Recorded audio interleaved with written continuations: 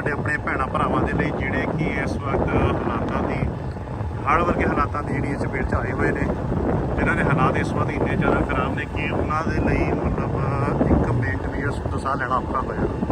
ਘਰ ਜ਼ਮੀਨ ਹਰ ਚੀਜ਼ ਜਿਹੜੀ ਪਾਣੀ ਡੁੱਬੀ ਹੋਈ ਆ, ਔਰ ਇਸ ਵਾਰ ਸਾਰੇ ਜਣੇ ਆਪਣੀ ਜਾਨ ਦੀ ਸਲਾਮਤੀ ਚਾਹੁੰਦੇ ਆ। ਸੋ ਅਸੀਂ ਸਾਰੇ ਜਣੇ ਰਲ ਕੇ ਉਹਨਾਂ ਲਈ ਦੁਆ ਕਰੀਏ, ਕਿਉਂਕਿ ਜਦੋਂ ਅਸੀਂ ਚੰਗੇ ਕੰਮ ਦੀ ਦੁਆ ਕਰਦੇ ਹਾਂ, ਚੰਗੇ ਦਿਲੋਂ ਕਰਦੇ ਹਾਂ, ਮੁੱਕਦੀ ਗੱਲ ਮੈਂ ਕਹਾਂ ਦਿਲੋਂ ਪੂਰੇ ਦਿਲੋਂ ਕਰਦੇ ਹਾਂ, ਤਾਂ ਰੱਬ ਸਾਡੀ ਅਰਦਾਸ ਜ਼ਰੂਰ ਸੁਣਦਾ। ਸੋ ਅਸੀਂ ਪੰਜਾਬ ਤੇ ਪੰਜਾਬ ਦੇ ਰਹਿੰਦੇ ਵਾਸੀਆਂ ਵਾਸਤੇ ਅਰਦਾਸ ਕਰੀਏ ਕਿ ਪਰਮਾਤਮਾ ਸਭ ਹਾਲਾਤ ਠੀਕ ਕਰ ਦੇਵੇ ਤੇ ਮੁੜ ਕੇ ਆਪਣੇ ਪੈਰਾਂ 'ਤੇ ਸਾਰੇ ਜਣੇ ਆ ਜਾਣ। ਔਰ ਇਸ ਵਕਤ ਜਿਹੜਾ ਮੈਂ ਆਪਣੇ ਪਿੰਡ ਤੋਂ ਜਾ ਰਿਹਾ ਘਰ ਵੱਲ ਨੂੰ, ਤੇ ਤੁਹਾਨੂੰ ਆਪਣੇ ਇੱਥੇ ਦੇ ਹਾਲਾਤ ਦਿਖਾਉਣਾ। ਇਹ ਸਾਡਾ ਜਿਹੜਾ ਆ ਕਮਾਲਪੁਰ ਤੋਂ ਮੋਗਾ ਦਾ ਰਸਤਾ ਆ, ਤੇ ਸਾਡੇ ਇੱਥੇ ਜਿਹੜਾ ਆ ਕਾਲੀ ਵਈ ਤੇ ਇੱਕ ਜਿਹੜੇ ਆਪਣੇ ਛੋਟੇ ਚੋਰ ਹੈਗੇ ਆ, ਇਹ ਸਾਨੂੰ ਪੈਂਦੇ ਆ। ਜਿਹੜਾ ਦਾ ਪਾਣੀ ਅਕਸਰ ਜਦੋਂ ਪਿੱਛੋਂ ਪਾਣੀ ਜ਼ਿਆਦਾ ਆ ਜਾਂਦਾ ਤੇ ਪਾਣੀ ਜਿਹੜਾ ਭਰ ਜਾਂਦਾ। ਸੋ ਅੱਜ ਤੁਹਾਨੂੰ ਸਿਚੁਏਸ਼ਨ ਦਿਖਾਉਂਦੇ ਆ ਕਾਲੀ ਵਈ ਦੀ ਵੀ ਤੇ ਚੋਆਂ ਦੀ ਵੀ।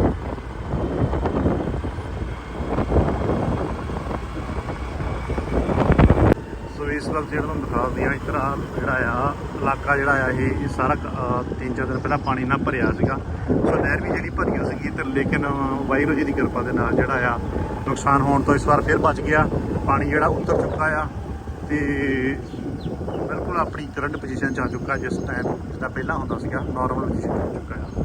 ਸੋ ਆਹ ਖੇਤ ਜਿਹੜੇ ਪਹਿਲਾਂ ਤੁਹਾਨੂੰ ਦੱਸਿਆ ਪਤਾ ਹੋਊਗਾ, ਵੀਡੀਓ 'ਚ ਮੈਂ ਬਣਾਈ ਸੀ, ਖੇਤ ਡੁੱਬੇ ਹੋ ਸੀਗੇ ਤੇ ਹੁਣ ਬਿਲਕੁਲ ਠੀਕ ਆ।